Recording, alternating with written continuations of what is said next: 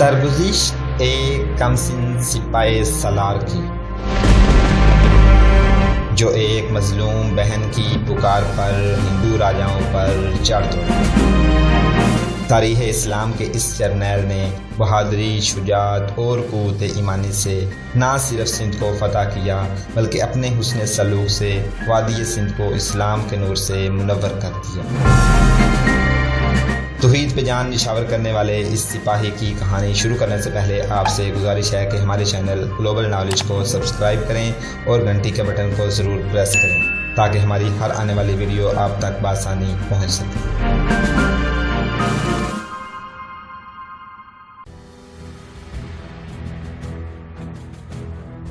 مال غنیمت اور جنگی قیدیوں کا قافلہ جس کا امیر کعب بن محرق رابسی تھا، کوفے میں داخل ہوا تو شہر کے لوگ امڑ کر باہر آ گئے۔ کعب بن محرق اور اس کے ساتھ جو مجاہدین تھے وہ بازو لہرا لہرا کر فتح مبارک ہو کے نعرے لگانے لگے۔ عورتیں مجاہدین کے قریب آ گئیں، کوئی اپنے باپ کا، کوئی اپنے بھائی یا بیٹے کا اور کوئی اپنے حامد کا نام لے کر پوچھتی تھی کہ وہ کیسا ہے۔ حجاج کوفے میں تھا۔ یہ مال غنیمت پہلے دمشق خلیفہ بن عبد الملک کے پاس جانا چاہیے تھا، لیکن حجاج کے پاس جا رہا تھا کیونکہ حجاج خلیفہ پر غالب آیا رہتا تھا۔ دوسرے یہ کہ سندھ کی فتح حجاج کا عزم تھا۔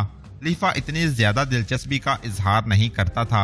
حجاج کی شخصیت کے سامنے خلیفہ کو کوئی اہمیت حاصل نہیں تھی۔ حجاج نے جب لوگوں کا شور و غوغا سنا تو اس نے اپنے دربان سے پوچھا کہ کیسا شور ہے۔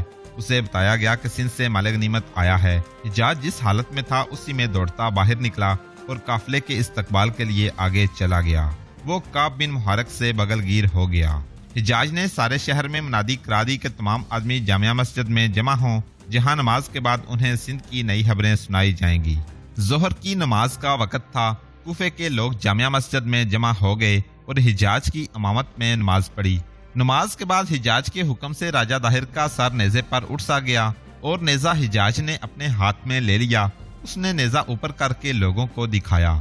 کوفے کے لوگوں، حجاج نے کہا، یہ اس مجرم کا سر ہے جس نے ہمارے جہازوں کو اپنے ساحل کے قریب روک کر لوٹ لیا اور ہمارے ان آدمیوں کو اور ان کے بیوی بچوں کو بھی قید میں پھینک دیا تھا جو ان جہازوں میں سوار تھے اور وہ سر اندیب سے حج کا فریضہ ادا کرنے آ رہے تھے۔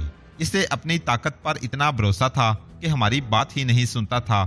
آج اس کا سر دیکھ لو۔ لوگو، محمد بن قاسم اور مجاہدین کی فتح کے لیے دعا کرتے رہا کرو۔ یہ تمہاری دعاؤں کا نتیجہ ہے کہ ہمارے مجاہدین فتح پہ فتح حاصل کرتے جا رہے ہیں، لیکن ان کے لیے کمک بہت کم ہے۔ کیا تم اس جہاد میں شریک نہیں ہونا چاہو گے؟ سندھ کے محاذ پر کمک کی ضرورت ہے۔ اگر تم لوگ وقت پر نہ پہنچے تو سندھ میں مجاہدین کے دل ٹوٹ جائیں گے۔ خدا کی قسم، تم نہیں چاہو گے کہ مجاہدین صرف اس لیے ہار جائیں کہ ان کی نفری کم ہو گئی تھی یا مسلسل لڑتے لڑتے ان کے جسم ٹوٹ پھوٹ گئے تھے۔ حجاج ابھی اتنا ہی کہہ پایا تھا کہ لوگوں نے لبیک لبیک یا حجاج لبیک کے نعرے لگانے شروع کر دیے اور بہت سے ایسے آدمیوں نے جو لڑنے کے قابل تھے اور جو مسلسل پیش قدمی اور لڑائی کی صحبتوں کو برداشت کر سکتے تھے، سندھ کے محاذ پر جانے کے لیے اپنے آپ کو پیش کر دیا۔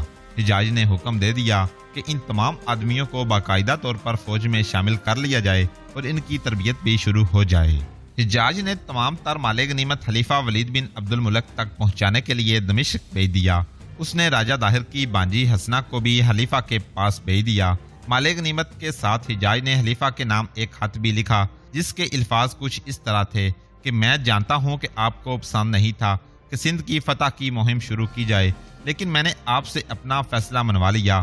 آپ کو یاد ہوگا کہ میں نے آپ سے وعدہ کیا تھا کہ سندھ پر حملے اور وہاں کی تمام تر جنگ کے اخراجات میں پورے کروں گا، بلکہ آپ کو اخراجات سے حد سے زیادہ رقم پیش کروں گا۔ آپ دیکھ رہے ہیں کہ سندھ سے کتنی بار اور ہر بار کتنا مال غنیمت آ چکا ہے اور اس میں کس قدر سونا اور کتنی قیمتی اشیاء ہیں۔ حجاج بن یوسف نے یہ بھی لکھا کہ یہ تو زر و جواہرات ہیں جو دنیا میں جاہ و جلال قائم رکھتے ہیں۔ اگلی دنیا کی بھی سوچیں جہاں ہم سب نے لوٹ کے جانا ہے۔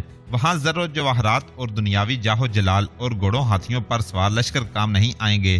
میرے کمسن بھتیجے نے اسلام اور سرزمین عرب کے سب سے بڑے دشمن راجہ داہر کو شکست ہی نہیں دی بلکہ اس کا سر کاٹ کر بھیجا ہے، اور میں یہ سر آپ کی طرف بھیج رہا ہوں۔ یہ وہ سر ہے جس میں بادشاہی کا غرور اور فتور سمایا ہوا تھا اور جس نے اللہ کی وحدانیت اور نبی کریم صلی اللہ علیہ وسلم کی رسالت اور اسلام کی صداقت کو قبول کرنے کی بجائے دشمنی کی تھی، اور اس میں کیا شک ہے کہ یہی وہ لوگ ہیں جو خدائے ذوالجلال کو اپنا دشمن بنا لیتے ہیں۔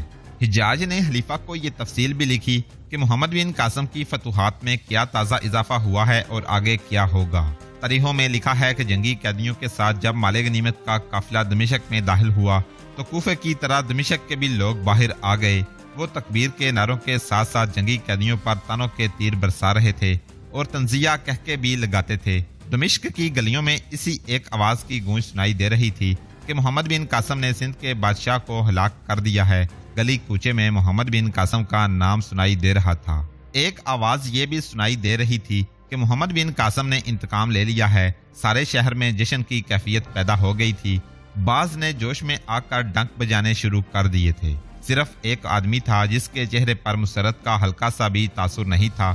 اس چہرے پر سنجیدگی چھائی ہوئی تھی۔ سنجیدگی کی پرچھائیاں کبھی کبھی گہری ہو جاتی تھیں۔ چہرے کے تاثرات سے اور اس کے انداز سے پتہ چلتا تھا جیسے اسے محمد بن قاسم کی فتح و نصرت سے کوئی دلچسپی نہ ہو۔ کبھی یوں بھی لگتا تھا جیسے اسے فتح کے یہ نعرے تکلیف دے رہے ہیں۔ یہ تھا خلیفہ وقت کا بھائی سلیمان بن عبد الملک۔ وہ الگ تھلگ کھڑا تھا۔ کعب بن محرک رابسی خلیفہ کے دربار میں حاضر ہوا۔ وہاں کچھ اور مصاحبین بھی موجود تھے۔ کعب بن محرک نے حجاج بن یوسف کا تحریری پیغام پیش کیا جو خلیفہ نے اس سے لے کر پڑھنا شروع کر دیا۔ وہ جوں جوں پڑھتا جاتا اس کے چہرے پر رونق آتی جا رہی تھی، پھر اس کے ہونٹوں پر مسکراہٹ آ گئی۔ پیغام پڑھ کر اس نے کعب بن محرک سے کہا کہ وہ یہ پیغام پڑھ کر سب کو سنائے۔ اس کے بعد خلیفہ نے باہر آ کر مال غنیمت دیکھا اور اس سے سونے کے علاوہ جو قیمتی اشیاء تھیں وہ الگ کر دیں۔ پھر اس نے کہا کہ یہ راجہ داہر کی بانجی کو پیش کیا جائے۔ لڑکی کو اس کے سامنے لایا گیا۔ خلیفہ ولید کچھ دیر تو اس لڑکی کو دیکھتا ہی رہا۔ لڑکی کی آنکھوں میں آنسو تھے۔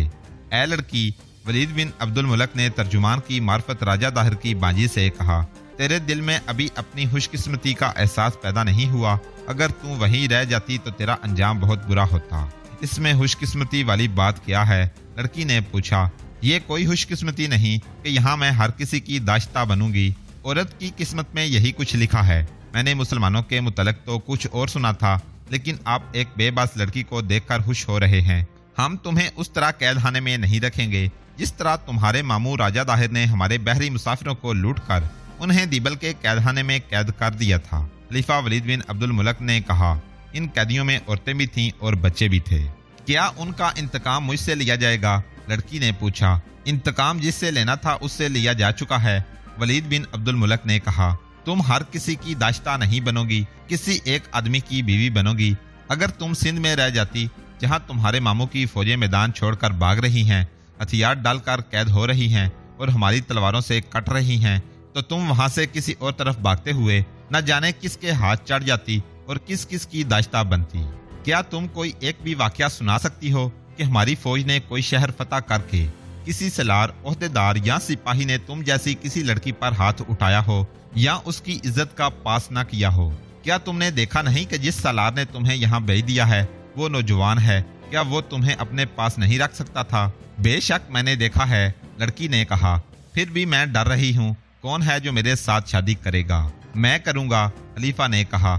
تمہیں اپنا مذہب چھوڑنا پڑے گا اور تم ہمارے مذہب کے مطابق سچے دل سے مجھے قبول کرو گی۔ خلیفہ المسلمین، وہاں بیٹھے ہوئے ایک آدمی نے کہا، کیا میری یہ خواہش پوری نہیں ہو سکتی کہ میں اس لڑکی کے ساتھ شادی کر لوں؟ بے شک اسے میں نے اپنے لیے پسند کیا تھا، ولید بن عبد الملک نے کہا، لیکن میں تمہاری خواہش کو رد نہیں کروں گا، تم ہی اس کے ساتھ شادی کر لو۔ تاریخ میں اس آدمی کا نام عبداللہ بن عباس لکھا ہے جس نے خلیفہ سے یہ لڑکی مانگی تھی۔ کسی بھی تاریخ میں عبداللہ بن عباس کے متعلق یہ تفصیل نہیں ملتی کہ اس پر خلیفہ نے اتنی شفقت کیوں کی تھی کہ جس لڑکی کو اس نے اپنے لیے پسند کیا تھا وہ لڑکی اسے دے دی۔ عبداللہ بن عباس نے اس لڑکی کے ساتھ شادی کر لی۔